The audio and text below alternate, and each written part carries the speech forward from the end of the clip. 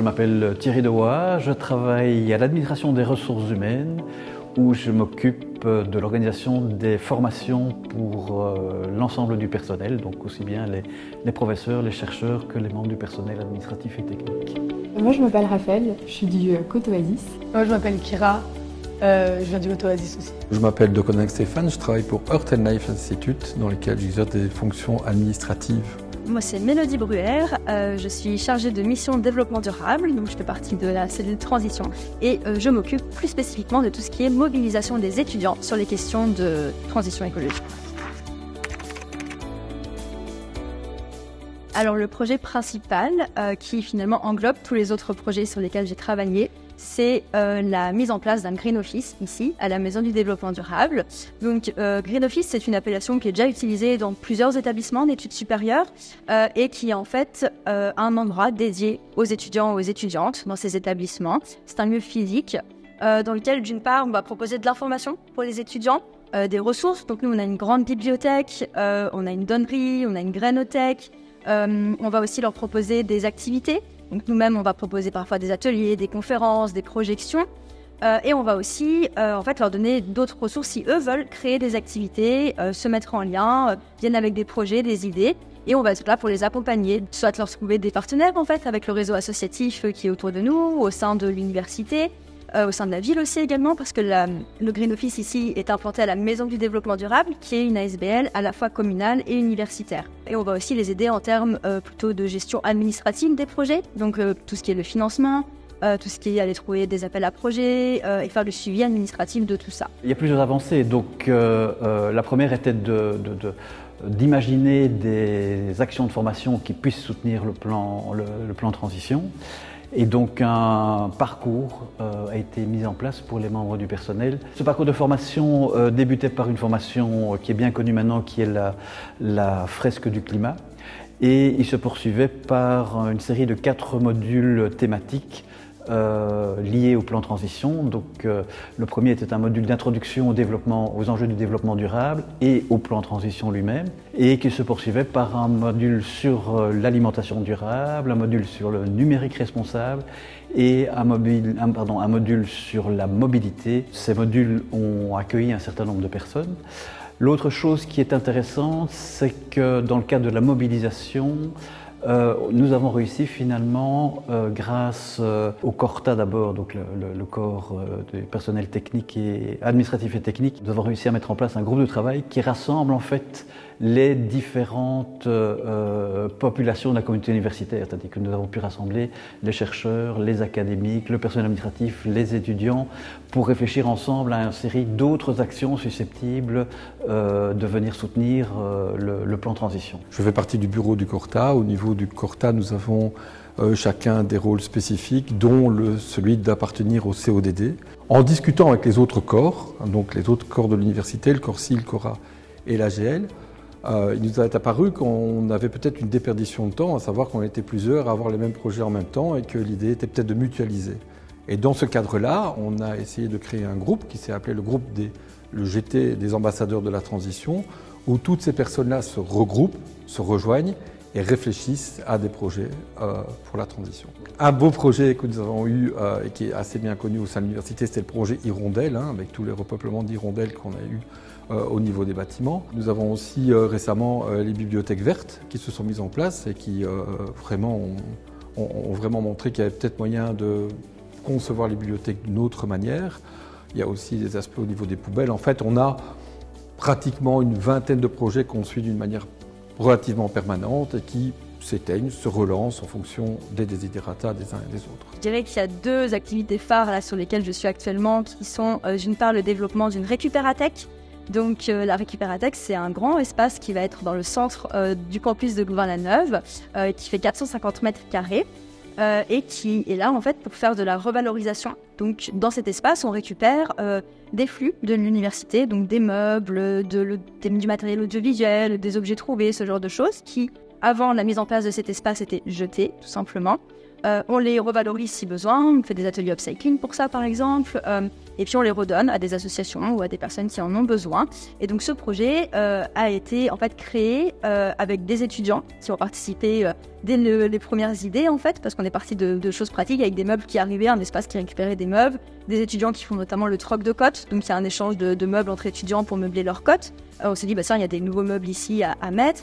On s'est mis en partenariat avec aussi la Fédération des Récupératech, qui est un organisme spécialisé en fait dans la création de récupératech dans les établissements d'études supérieures.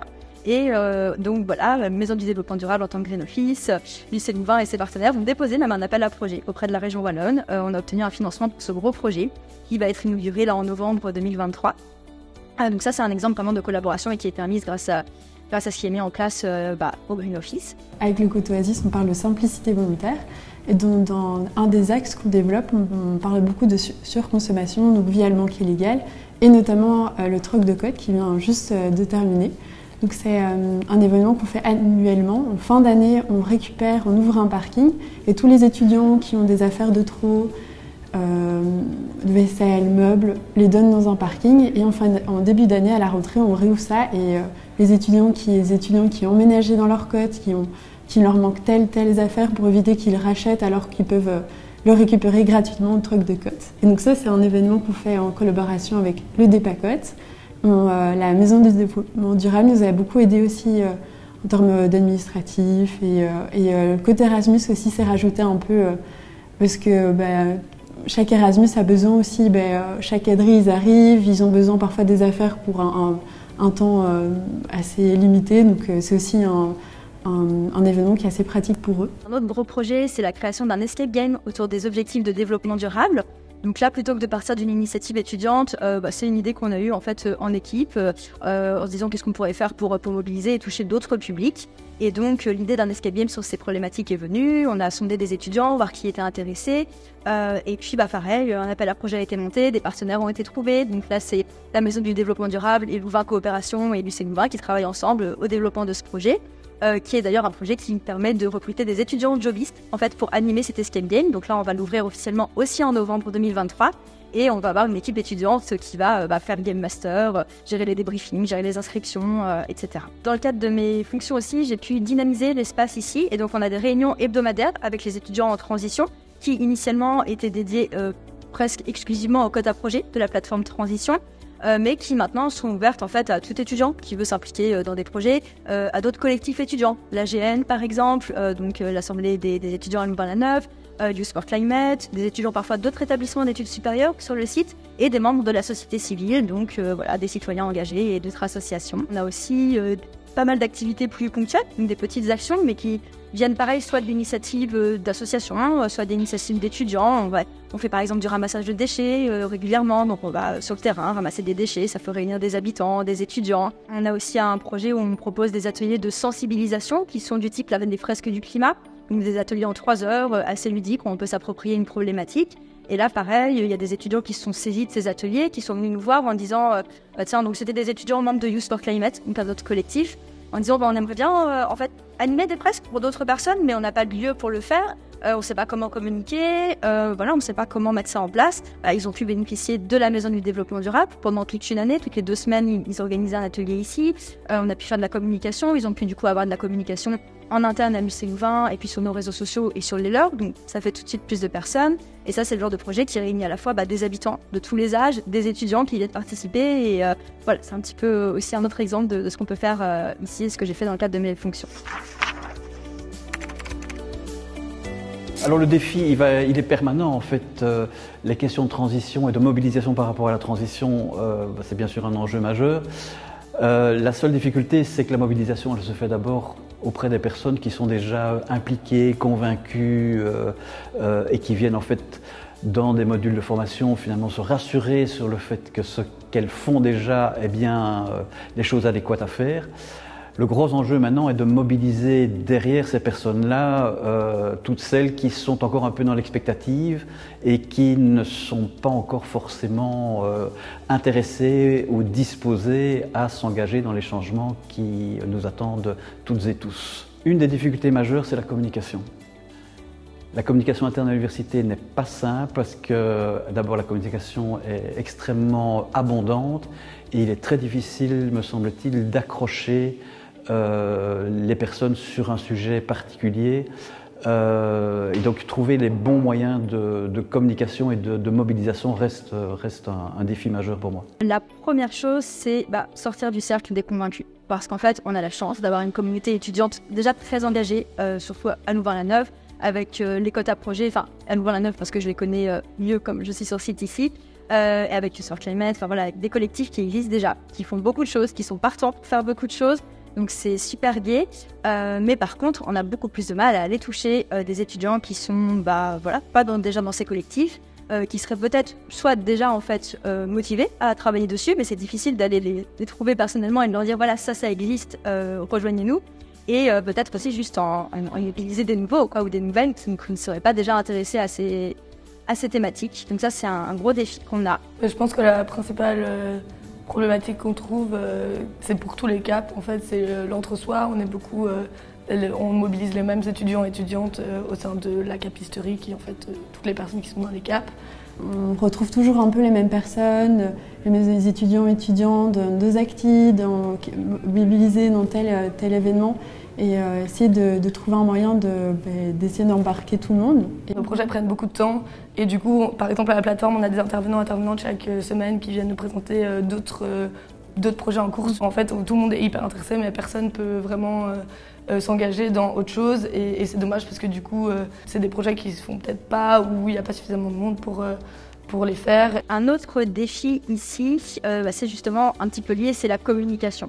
C'est comment visibiliser tout ce qui est fait, d'une part, et comment communiquer sur ce qui est possible de faire et donner envie de rejoindre ce mouvement-là. Les principales difficultés qu'on a eues, c'était des impératifs qui sont des impératifs de temps.